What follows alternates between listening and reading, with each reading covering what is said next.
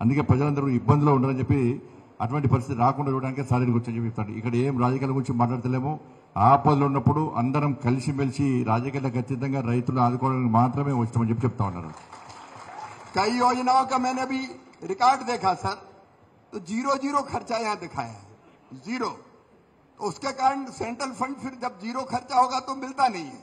अभी ये एक परिस्थिति पैदा हुई है।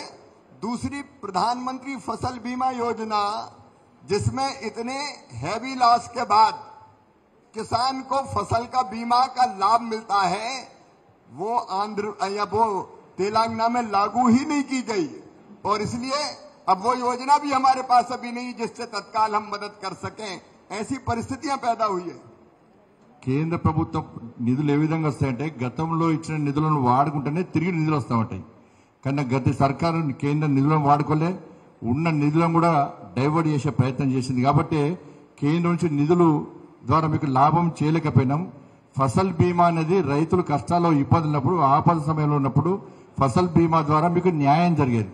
కానీ గతంలో ఉన్నటువంటి ప్రభుత్వము ఫసల్ బీమాని ఈ రాష్ట్రంలో, తెలంగాణ రాష్ట్రంలో అమలు చేయడంలో నిర్లక్ష్యం వహించింది, అమలు చేయలేదని. అందుకే రైతులు ఇప్పుడు కష్టాల్లో ఉన్నారు.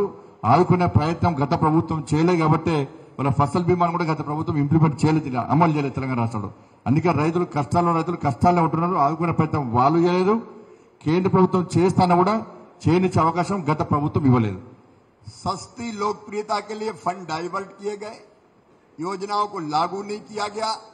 और सच में मैं कह रहा था अभी हमारे मंत्री साथियों से कि ये तो डिजास्टर बहुत बड़ा है, इसका रास्ता निकालना है। लेकिन पिछली सरकार भी डिजास्टर से कम नहीं थी। पूरे प्रदेश की हालत इतनी खराब कर दी कि कई बार रास्ता निकालने में कठिनाई हो रही है। लेकिन मैं स्टेट गवर्नमेंट से ये कहना चाहता हूं, आपके साथ मिलके, संजय बंडी जी भी यहाँ पे है, किसानों के लिए हम रास्ता निकालेंगे। कैसे हम रास्ता खोजें ताकि इन योजनाओं का लाभ भी आपको ठीक से मिल पाए और इस संकट के समय केंद्र सरकार भी राज्य सरकार को पूरा सहयोग कर सके। గత ప్రభుత్వము అనేక సంక్షేమ పథకాలు కేంద్రం ఇచ్చినా కూడా ఇక్కడ అమలు చేయలేకపోయింది. ఇచ్చిన వాటిని కూడా డైవర్ట్ చేసే ప్రయత్నం చేసింది. మేమందరం కూడా ఇంతకుముందు చెప్పింది ఒకటి మర్చిపోయింది. అలా 2 రకాల ఆలోచనలు మేము చేస్తున్నాం. తాత్కాలికంగా మీకు ఏ విధంగా సహకరించాలని చెప్పి, దాంతోపాటు పర్మనెంట్గా ఇటువంటి ఆపద రాకుండా, ఇటువంటి కష్టాలు రాకుండా ఏ విధంగా దీని సమస్య పరిష్కారం చూపెట్టాలో దాని గురించి ఆలోచిస్తాం. కాబట్టి అందరం కూడా కలిసిమెలిసి దీనికి పరిష్కారం ఏ విధంగా కూడా చూస్తాం. తప్పకుండా సహకరించడానికి మీరు వచ్చాం, తప్పకుండా సహకరిస్తాం అందరం కలిసి కూడా. हम केंद्र सरकार की योजनाओं को भी कैसे, किस रूप में और क्या व्यवस्था करके लाभ दे सकते हैं, चर्चा करके प्रधानमंत्री जी का मार्गदर्शन लेकर उस दिशा में भी बढ़ेंगे। खेतों में जो रेत आ गई उसको हटाने के लिए कृषि विकास योजना और बाकी योजनाओं का कैसे लाभ दिया जा सकता है राज्य को, उसके बारे में भी हम विचार करेंगे। और सर, आपने जो मेमोरेंडम सौंपा है, अभी यह तात्कालिक नुकसान है। आप भी, पूरी स्टेट गवर्नमेंट जो डैमेज हुआ है उसका आकलन कर रही है और केंद्रीय टीम भी आके यहाँ पूरे नुकसान का जायजा लेगी। और उसके बाद केंद्र सरकार राज्य सरकार को हर आवश्यक सहायता करेगी।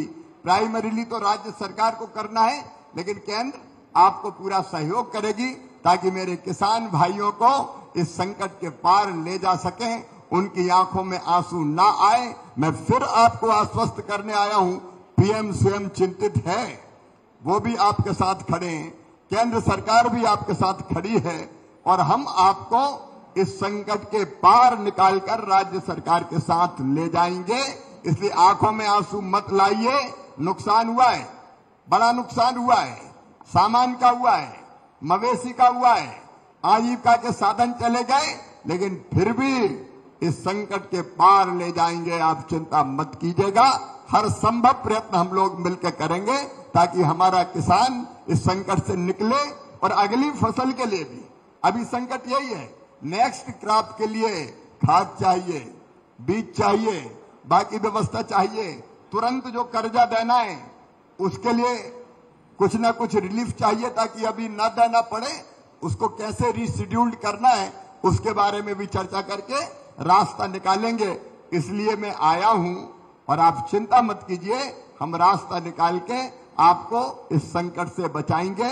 फसल खराब हुई है, जिंदगी खराब नहीं होने देंगे। రైతులు ఎవరు కూడా కంటనీరు పెట్టుకోవద్దు. నరేంద్ర మోడీ గారు తప్పకుండా మీకు సహాయం చేయడానికే, మిమ్మల్ని ఆదుకోవడానికే, తెలంగాణ రాష్ట్ర ప్రభుత్వానికి సహకరించడానికే మమ్మల్ని పంపించడం జరిగింది. కాబట్టి ఇక్కడ మీరు కేవలం పంట మాత్రమే వెళ్ళి దాని గురించి ఏ విధంగా తిరిగి మళ్ళీ పంట వేసుకోవాలో దానికి దారి చూపెడదాం.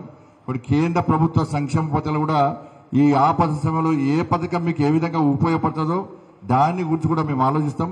రాష్ట్ర ప్రభుత్వం కూడా నివేదికలు ఇస్తుంది, కేంద్ర ప్రభుత్వం కూడా నివేదికలు ఇస్తారు. రెండు సరి చేసుకొని తప్పకుండా ఏ విధంగా న్యాయం చేయాలో మీకు న్యాయం చేసే విధంగా మేము ప్రయత్నం చేస్తాం. ఎక్కడ రైతులు ఇబ్బంది పడద్దు, బాధపడద్దు, కంటనీరు పెట్టుకోవద్దు.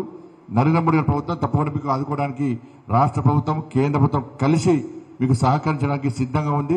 మీరు దాన్ని ఏమి ఇబ్బంది పడదని చెప్పి వారు చెప్తా ఉన్నారు. केंद्र सरकार की तरफ से संजय पंडित जी लगातार यहाँ नजर रखेंगे ही, और राज्य सरकार के सभी साथी यहाँ बैठे हुए हैं. यहाँ के बाद मैं फील्ड में भी देखने कुछ खेतों को जाऊंगा, और उसके बाद हैदराबाद जाके वहां हम राज्य सरकार के साथ उनके साथ भी मीटिंग करेंगे और रास्ता निकालने का काम करेंगे.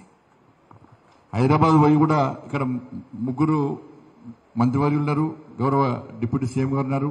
అందరం కలిసి కూడా ఇవాళ ఇక్కడ చూస్తాం, అన్ని విషయాలు చూస్తాం. ఇక్కడ ఎంత నష్టం జరిగింది కూడా అన్ని పరిశీలించడం జరిగింది. హైదరాబాద్ వెళ్ళి కూడా గౌరవ ముఖ్యమంత్రి గారు ఇతర అధికారులతో కూడా ఈరోజు సాయంత్రం చర్చిస్తున్నాం. అన్ని విషయాలు పరిశీలించి తప్పకుండా ఏ విధంగా న్యాయం చేయాలో తప్పకుండా మాట్లాడి మీకు సహాయం చేసే ప్రయత్నం చేస్తాం. किसान की सेवा हमारे लिए भगवान की पूजा जैसी है, उसी ढंग से हम काम करने की कोशिश करेंगे.